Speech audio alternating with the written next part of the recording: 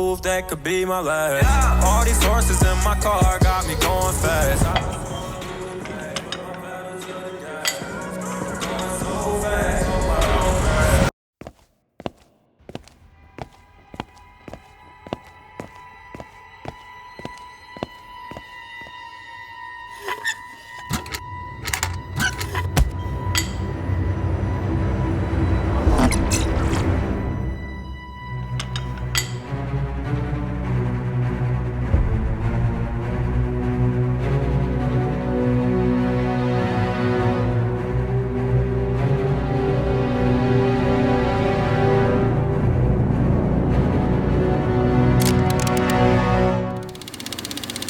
Good evening, Mr. Cook.